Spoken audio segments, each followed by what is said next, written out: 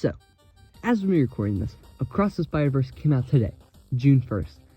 And as someone who recently uploaded a video on Spider-Verse and how it completely reinvented the animation industry, I of course have some thoughts. So, first off, oh my god, this movie is so cool. I mean, it's absolutely amazing. It completely builds off of the first movie and just shows us why we should care about all these characters.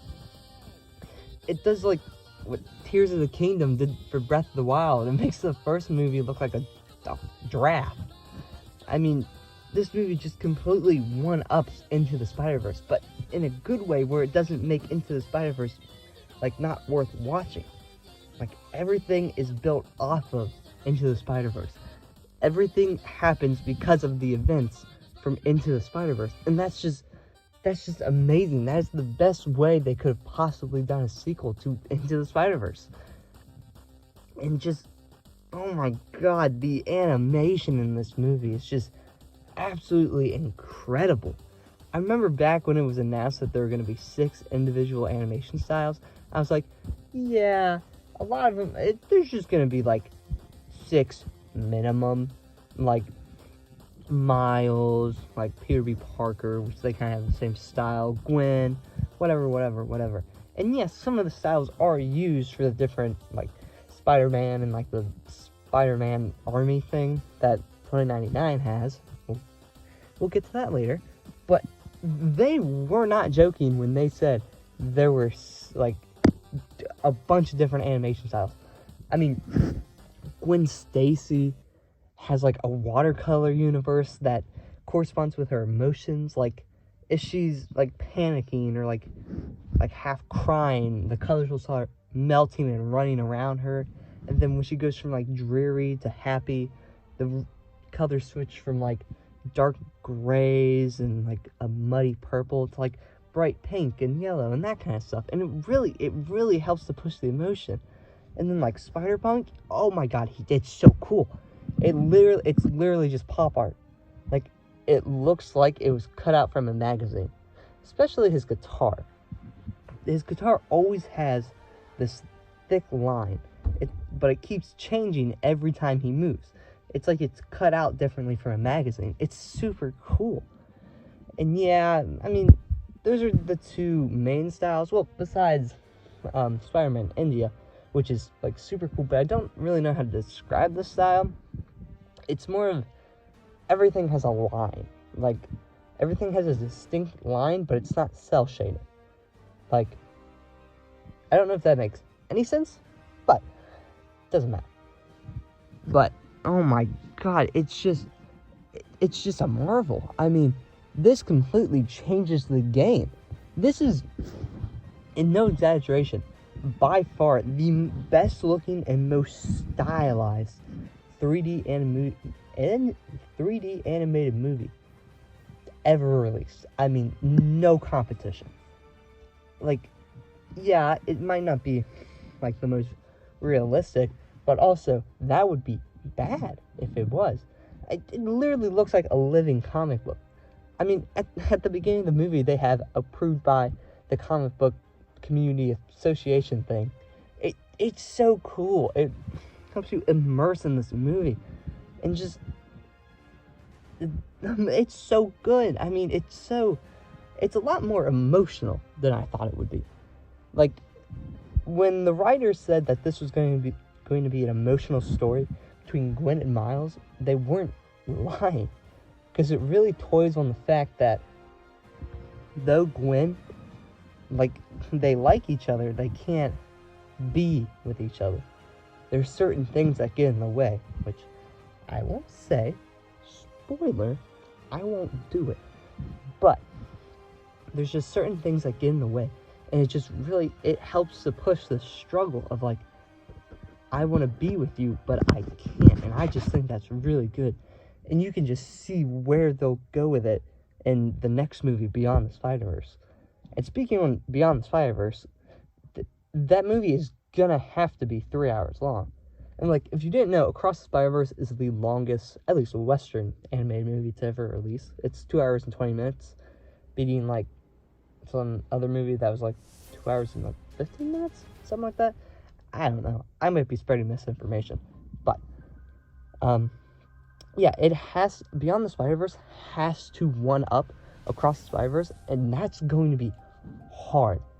But they also one up Into the Spider-Verse, which was considered the best comic book movie for a long time.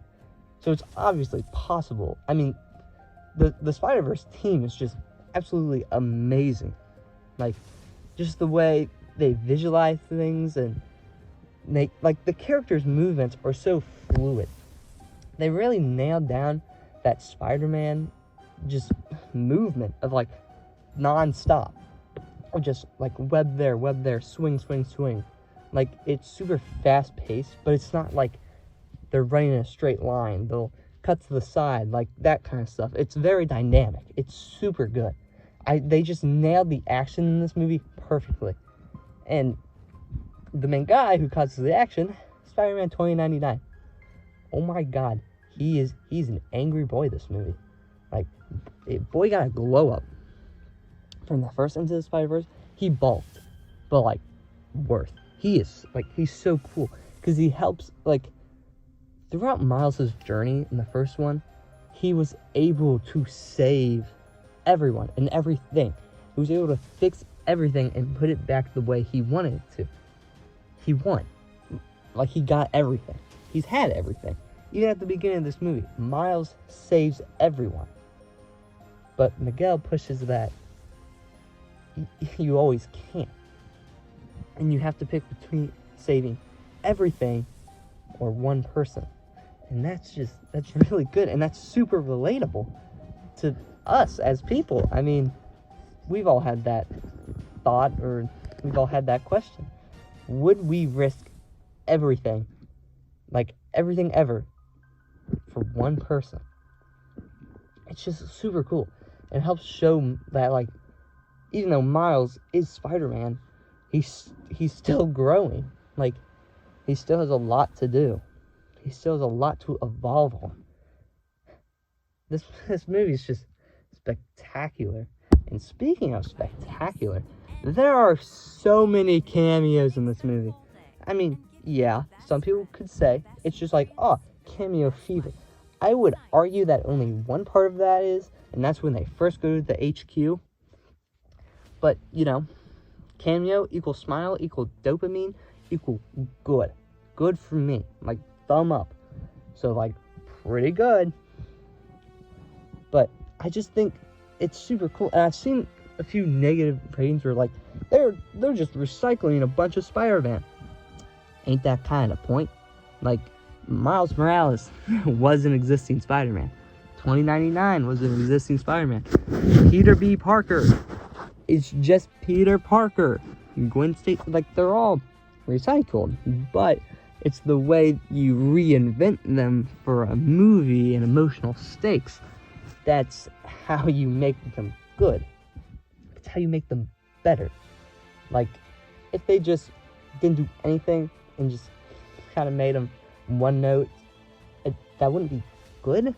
Like, that would just be bearable, because you would still be seeing colorful Spider-Man swinging on scene, smile, but it just wouldn't leave an impact like the characters did. And I am personally very excited to be on the Spider-Verse. This movie leaves on not like a cliffhanger. It's very much like you can see where it was like, okay, we can't do one movie. Like, we have to break this into 2 parts. You can see that. And I picked up on that just because I'm me. But, like, you can kind of see that they just chopped it in the middle. But, like, they ended it perfect. Like, it feels like its own movie. Less so than Endgame and Infinity War. Like, Infinity War felt like its own movie. It felt like that it could end that way. Obviously, it wasn't Endgame. They gotta stop Thanos. Like, no duh. But this movie definitely feels like part of the whole, which is really good. I'm just curious if it'll, in the future, help stand out on its own from Beyond the Spider-Verse. I mean, I'm sure it will. Like, ends its own way. It doesn't like just cut to black, which would have been cool at a certain part, but I digress. I don't think I have any real nitpicks from this movie, just besides one little thing. There are a couple parts in this movie that use live action footage. I'm not going to tell when, that'd be a spoiler, but like, I don't think it really works well. I've never thought that animation matched with live action really looks good. It kind of gives off like a Space Jam-y vibe, so it's not really my thing. Like you can kind of make it work with like how they did in like Space Jam New Legacy, where it's like 3D characters, like 3D highly detailed characters with LeBron James. Like that kind of works, but like not with like the highly stylized Spider-Verse. Like, one, I'm completely willing to agree that it's just me nitpicking things and being a little bitch. Like, I get it. Like, I'm only doing this because I nitpick everything and I suck. But like, it bugs me a little bit. But also, it makes 100% sense within the world itself, because, I mean, if all these different worlds have different styles, I mean, of course some of them can be live action. It's just stupid. Like, that doesn't matter. So, not to end things on a low point, but overall, this movie is just absolutely fantastic. And I recommend any Spider-Man fan at all to see this. So, pretty much that's all I gotta say. So, roll the outro.